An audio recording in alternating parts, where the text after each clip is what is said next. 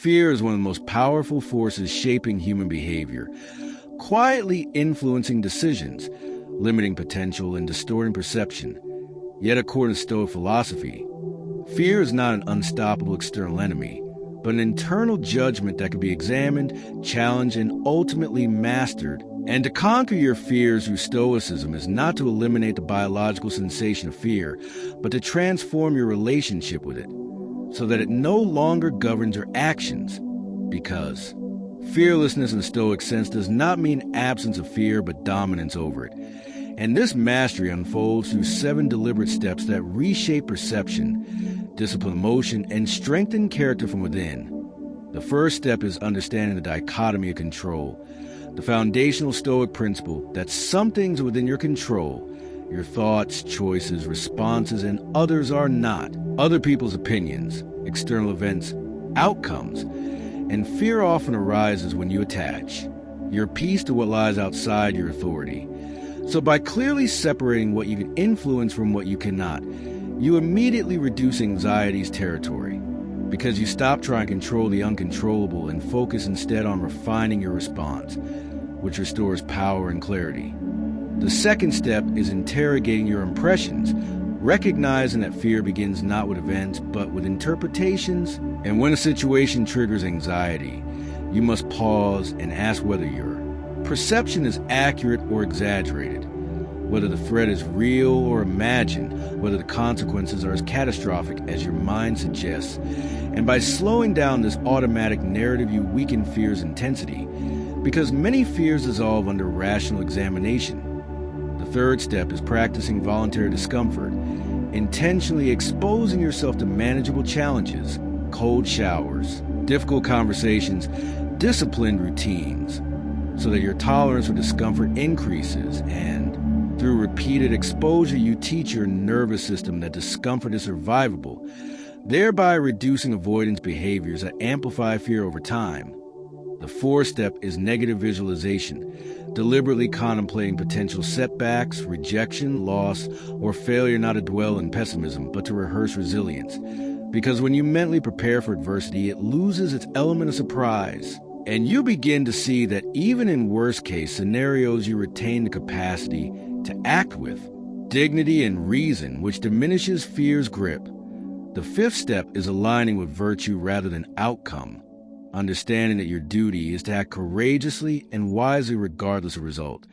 And when your measure of success becomes virtuous effort instead of guaranteed victory, fear of failure weakens, because you realize that no external outcome can rob you of integrity. The sixth step is embracing mortality, acknowledging the finite nature of life, not morbidly but honestly, recognizing that fear often stems from an exaggerated attachment to preservation of comfort and status. And when you accept that life is temporary, you become less willing to waste it in hesitation, understanding that time spent avoiding risk is time permanently lost. The seventh step is daily reflection and correction, reviewing moments when fear influenced your choices and identifying where you responded with courage or where you retreated unnecessarily, not with self-condemnation, but with constructive adjustment, strengthening awareness so that tomorrow's response improves upon today's. As these steps compound, a shift occurs in how you experience fear, where once you saw it as a signal to withdraw, you begin to see it as an invitation to grow, a compass pointing toward areas of untapped potential.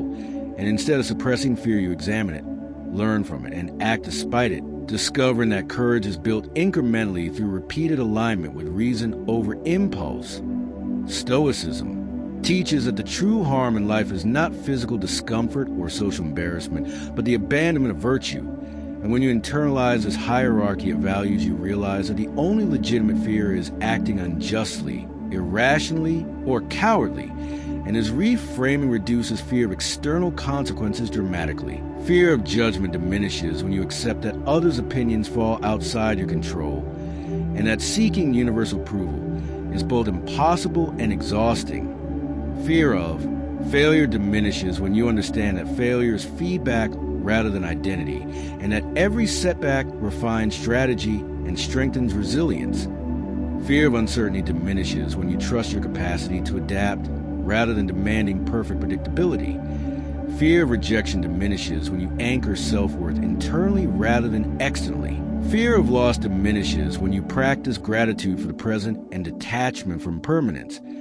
As you consistently apply these Stoic steps, your nervous system gradually recalibrates, because repeated courageous action rewires expectation, teaching your brain that feared outcomes are rarely as devastating as imagined, and that even when discomfort occurs, you remain capable. This transformation does not happen overnight, but with disciplined practice, you notice subtle victories. Speaking up when you once stayed silent, taking opportunities you once avoided, setting boundaries you once feared to enforce, facing difficult truths without denial, and each victory compounds confidence grounded not in bravado, but in evidence of resilience. Moreover, Stoic fearlessness is calm rather than aggressive, steady rather than impulsive, because it arises from clarity rather than adrenaline, and this calm courage allows you to navigate high-pressure situations with composure, maintaining rational thought where others panic. In relationships, this manifests as honest communication without fear of temporary conflict. In career, it manifests as initiative without paralysis over potential criticism. In personal growth, it manifests as willingness to confront weaknesses directly. Over time, you discover that fear was never an enemy to be destroyed, but a teacher revealing attachment, assumption, and misjudgment. And through Stoic discipline, you convert that teacher into a training partner, strengthening your character, even when fear resurfaces, as it inevitably will. You no longer interpret its presence as failure, but as opportunity to practice once more, reinforcing the habit of courage. The Stoics remind us that external events cannot imprison the mind unless the mind consents, and fear loses its tyrannical power when consent is withdrawn. When you choose to evaluate calmly rather than react impulsively, to step forward deliberately rather than retreat automatically. Ultimately, conquering your fears through these 7 Stoic steps leads not to reckless risk-taking, but to grounded bravery, where decisions are guided by principle rather than avoidance, where growth outweighs comfort, and where peace arises from internal sovereignty. In this state, fear may still whisper, but it no longer commands, and you become free not because danger vanished, but because your response matured, and that is the essence of Stoic fearlessness, not a life without S. As you continue beyond the foundational 7 steps, Stoic fearlessness matures into something deeper than momentary courage. It becomes a stable way of being, a disciplined orientation toward reality that reshapes how you interpret risk, pain, uncertainty, and even success. And in the second phase of conquering your fears, the focus shifts from initial breakthroughs to sustained inner strength. Because many people experience brief moments of bravery, yet fall back into avoidance when discomfort returns. But the Stoic path demands consistency, reinforcing courage through repetition until it becomes character rather than effort. One of the most powerful advancements in this stage is developing emotional endurance, the capacity to remain present with discomfort without rushing to escape it, understanding that fear intensifies when resisted and weakens when observed calmly. So instead of distracting yourself from anxiety, you sit with it, breathe through it, analyze it, and notice how it fluctuates, recognizing that emotions are waves rather than permanent states. And this awareness gradually reduces their dominance over your decisions. Another deeper principle is premeditated resilience, an expansion of negative visualization where you not only imagine setbacks, but rehearse your virtuous response in vivid detail. Picturing yourself handling criticism with composure, facing financial difficulty with strategic calm, enduring rejection without self-doubt, and by repeatedly visualizing dignified action, you create mental familiarity that reduces shock when real adversity appears. Stoic fearlessness also requires detaching identity from outcome, because many fears stem from believing that failure defines who you are. Yet the Stoics insist that identity is rooted in character, not circumstance. And when you internalize this truth, you become willing to attempt difficult tasks without staking your worth on the result, which liberates you to pursue growth boldly. Another advanced layer involves reframing pain as investment, understanding that discomfort endured voluntarily in pursuit of virtue compounds into long-term strength. Just as physical training requires strain to build muscle, and when you adopt this lens, you begin to welcome control hardship because you see its future return. Social fear, one of the most pervasive forms, weakens significantly when you accept that universal approval is unattainable and unnecessary, realizing that attempting to please everyone fractures integrity, whereas standing firmly by reason principles may invite criticism but builds respect and self-trust. And this shift allows you to speak honestly, set boundaries, and act authentically without constant anxiety over perception. Another transformation occurs in how you view uncertainty, recognizing that unpredictability is not a flaw in life but a feature of it, and rather than demanding guarantees before action, you cultivate adaptability as your safety. Net, trusting your preparation and reasoning more than perfect forecasts. Fear of loss, whether material or relational, becomes manageable when you practice gratitude combined with impermanence awareness, appreciating what you have while acknowledging its temporary nature, so that if change occurs, you grieve without collapsing, because you never assumed permanence to begin with. This balanced attachment strengthens emotional stability. You also begin to identify subtle avoidance patterns. Procrastination disguised as preparation, distraction disguised as relaxation, perfectionism disguised as high standards, and you confront these patterns directly, recognizing them as fear's quieter forms. And by acting despite imperfect conditions, you retrain yourself to prioritize progress over comfort. Stoic fearlessness is further reinforced through disciplined self-talk, replacing catastrophic internal narratives with measured reasoning, reminding yourself that most feared outcomes are survivable and that even in difficulty, your core faculties remain intact. And this rational dialogue becomes automatic with practice, reducing emotional escalation.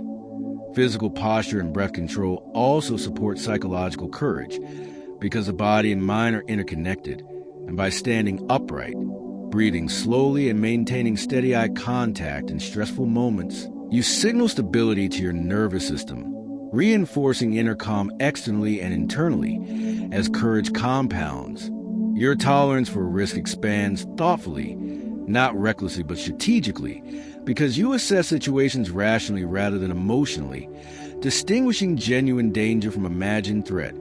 And this to some it prevents both cowardice and foolishness. Over time, fear begins to feel less like an obstacle and more like a compass pointing toward areas requiring growth. So when something intimidates you, instead of retreating, you ask what skill, perspective, or preparation would reduce this fear, and then you pursue that preparation diligently, transforming anxiety into actionable development. Stoic fearlessness also includes forgiveness of self for past moments of cowardice, understanding that growth requires compassion alongside discipline, because shame immobilizes while constructive reflection mobilizes, and by learning without self-condemnation you maintain forward momentum. Another advanced insight is recognizing that courage is contagious, and when you embody calm resolve, during crises you influence others to stabilize as well, becoming a source of reassurance rather than panic, which strengthens leadership and deepens respect. Gradually, you realize that fear never fully disappears, but its voice becomes quieter and less authoritative, and even when it arises strongly, you possess tools to evaluate, contextualize, and act beyond it. The Stoic does not wait to feel fearless before acting, but acts according to reason, and allows fear to dissipate through exposure, reinforcing that action precedes confidence rather than the other way around. As years of disciplined practice accumulate, your life reflects this inner conquest. Decisions made boldly yet thoughtfully, relationships navigated honestly, opportunities pursued without paralysis, setbacks handled without identity crisis. And you recognize that fear once limited your expansion far more than reality ever did. Ultimately, conquering your fears through Stoicism is not about becoming invulnerable, but becoming grounded, not about suppressing emotion, but about subordinating it to wisdom, not about eliminating risk, but about aligning action with virtue regardless of risk. And this sustained practice yields profound freedom.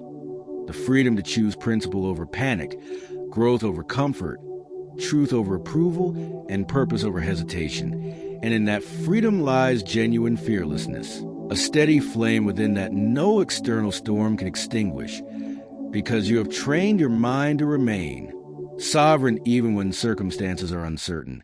And that sovereignty is the highest victory over fear.